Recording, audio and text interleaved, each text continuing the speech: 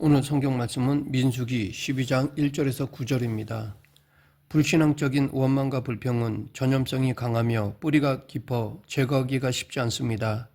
그리고 그 불신앙적 원망과 불평은 하나님의 백성들을 비참하고 부끄럽게 만들며 결국 망하게 합니다. 우리는 이 불신앙적인 원망과 불평을 주의해야 합니다. 과거 이스라엘 지도자들 중 미리암과 아론은 모세의 누나이며 형이었습니다. 그런데 이 미리암과 아론이 모세를 비난하고 나섰습니다. 미리암과 아론이 모세를 비난한 것은 모세가 이방 여인을 아내로 취했기 때문이었습니다.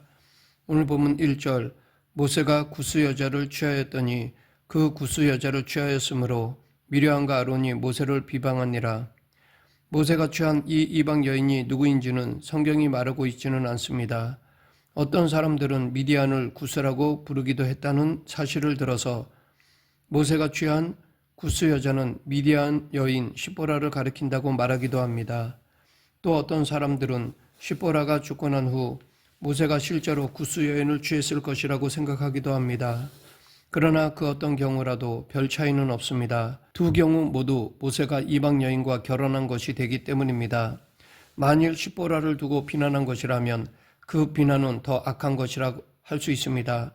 시보라는 모세가 바로를 피하여 미디안 광야로 피신했을 때 결혼했던 여자이기 때문입니다.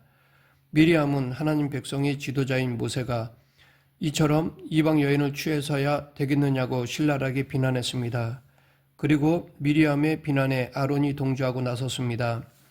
그러나 이들의 비난은 모세가 이방 여인을 아내로 취한 것을 겨냥한 것이 아니었습니다.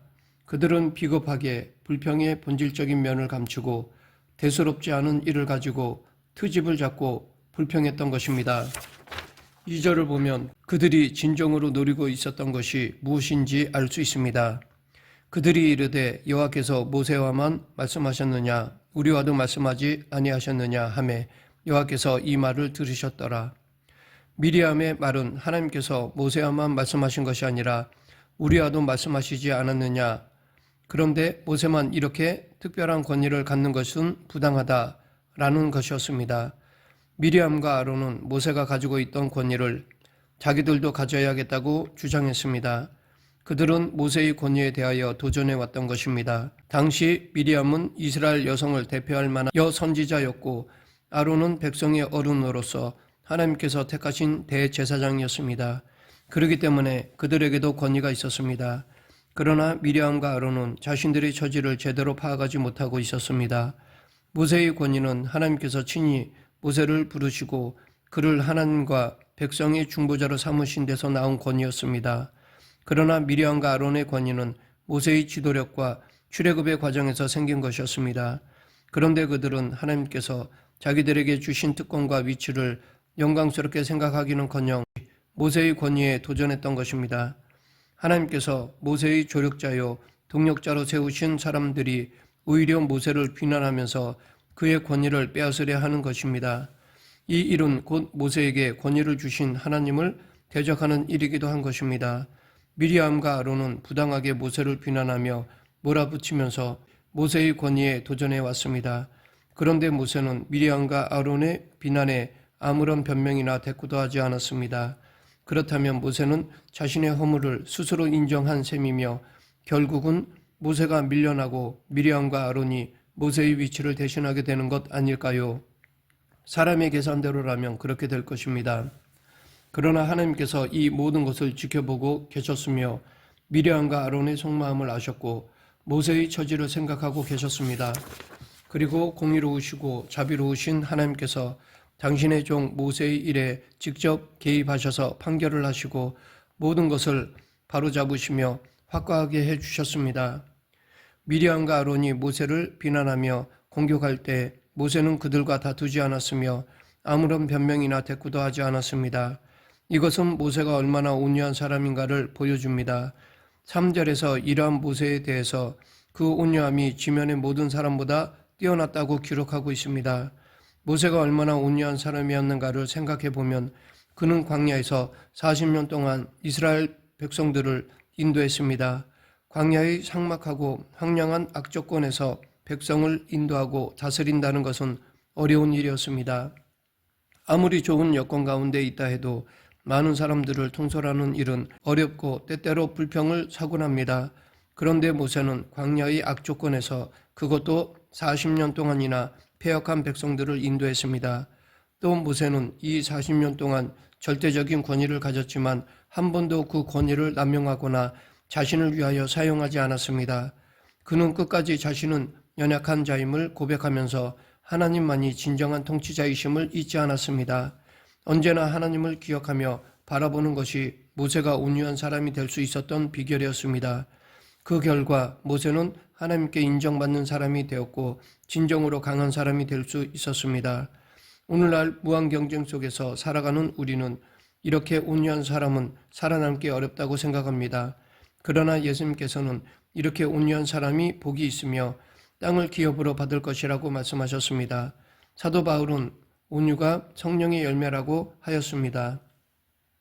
미리암과 아론이 모세를 비방하자 하나님께서 친히 강림하사 이 세 사람을 부르셨습니다. 여호와께서 갑자기 모세와 아론과 미리암에게 이르시되 너희 세 사람은 회막으로 나아오라 하시니 그 세 사람이 나아가매 이 장은 하나님께서 재판장의 자리에 앉으시고 죄인들을 심판하시려고 소환하시는 모습을 보여주고 있습니다. 하나님께서는 이 모든 것을 보고 계셨으며 미리암과 아론의 속마음을 감찰하고 계셨습니다. 그들이 왜 모세를 공격했는지 하나님께서는 다 알고 계셨습니다. 재판장이신 하나님께서는 먼저 모세를 변호하시는 일부터 하셨습니다. 오늘 본문 5절에서 8절 여호와께서 구름 기둥 가운데로부터 강림하사 장막문에 서시고 아론과 미리암을 부르시는지라 그 두 사람이 나아가매 이르시되 내 말을 들으라 너희 중에 선지자가 있으면 나 여호와가 환상으로 나를 그에게 알리기도 하고 꿈으로 그와 말하기도 하거니와 내 종 모세와는 그렇지 아니하니 그는 내 온 집에 충성함이라 그와는 내가 대면하여 명백히 말하고 은밀한 말로 하지 아니하며 그는 또 여호와의 형상을 보거늘 너희가 어찌하여 내 종 모세를 비방하기를 두려워하지 아니하느냐. 하나님의 말씀에 의하면 모세는 여느 다른 선지자들과 다른 사람이었습니다. 하나님께서는 다른 선지자들에게 이상이나 꿈을 통하여 말씀해 오셨습니다. 그런데 모세에게는 그렇게 하지 않으셨습니다. 모세는 하나님의 온 집에 충성된 종이기 때문에 하나님께서 모세에게 말씀하실 때는 은밀한 말로 하지 않으시고 대면해서 명백하게 말씀하셨습니다. 그뿐만 아니라 모세는 하나님의 형상을 보는 사람이라고 하셨습니다. 그러므로 누구든지 이러한 하나님의 종 모세를 함부로 비난해서는 안 되었습니다. 하나님께서는 미리암과 아론이 당신의 충성된 종 모세 비방하는 것을 참고 보실 수 없으셨습니다. 하나님께서는 이러한 그들의 태도를 당신께 대한 도전으로 간주하셨습니다. 그리고 하나님께서는 모세를 비방하는 미리암과 아론에게 도하셨습니다. 하나님께서는 모세에게 주신 권위는 미리암과 아론에게 주신 것과는 차원이 다른 독특하고도 높은 권위였습니다. 하나님께서는 그 권위를 모세에게 주셔서 그로 하여금 당신을 대신하여 백성들에게 말하며 백성들을 대신하여 당신께 말씀드리는 중보자가 되게 하셨습니다. 이 지위는 너무나 영광스럽고 고귀한 것이어서 미리암과 아론이 받은 지위와 권위는 거기에 비교할 수 없는 것이었습니다. 그리고 이 중보자를 비난하는 것은 하나님 자신을 비난하는 것과 같게 여기셨습니다. 그러므로 하나님께서는 비난을 당하는 자신의 종 모세를 위하여 친히 개입하셨던 것입니다. 그리고 이 범죄에 대하여 엄하게 벌어졌습니다. 본문 9절 10절 여호와께서 그들을 향하여 진노하시고 떠나심에 구름이 장작 위에 떠나갔고 미리암은 나병에 걸려 눈과 같더라. 아론이 미리암을 본즉 나병이 걸렸는지라. 오늘 본문에서 우리는 모세의 온유함을 보았습니다. 오늘 우리도 온유하고 충성된 하나님의 종이 되어야 하겠습니다. 하나님께서는 온유한 자를 사랑하시고 기뻐하십니다. 온유한 사람은 자기를 위하여 변명하거나 싸우지 않지만 하나님께서 그 일을 해주십니다. 그래서 온유한 사람은 가장 약하게 보이지만 실상은 가장 강한 사람입니다. 미리암과 아론의 비방을 받고도 모세가 아무 말도 하지 않았던 것은 그가 온유한 사람이었기 때문이었습니다. 하나님께서는 당신의 온유한 종 모세를 위해 친히 강림하셔서 당신의 종을 비방했던 미리암을 심판하셨습니다. 데니스 레인이라는 설교자는 온유한 사람을 가리켜 거인의 손 안에 있는 갓난아이라고 하였습니다. 갓난아이는 아무 힘이 없습니다. 그러나 거인 손에 있다면 아무도 그를 해치지 못할 것입니다. 온유한 자는 스스로는 가장 연약하고 힘이 없는 사람입니다. 그러나 전능하신 하나님 안에 있기 때문에 가장 강한 사람입니다. 그러면 온유란 어떤 것일까요? 온유란 나는 오직 소망 없는 죄인일 뿐이며 나 스스로는 아무 힘도 없다는 사실을 절감하고 오직 하나님만 바라보는 것입니다. 온유는 자신의 죄악된 모습을 바라보면서 자기의 무가치함을 깨닫는 것이며 그래서 하나님께만 소망이 있는 줄 알고 은혜와 긍휼을 바라는 마음입니다. 그러기에 온유한 사람은 오직 하나님만을 절대적으로 의지합니다. 또한 온유한 사람은 자신을 내세우거나 교만하지 않습니다.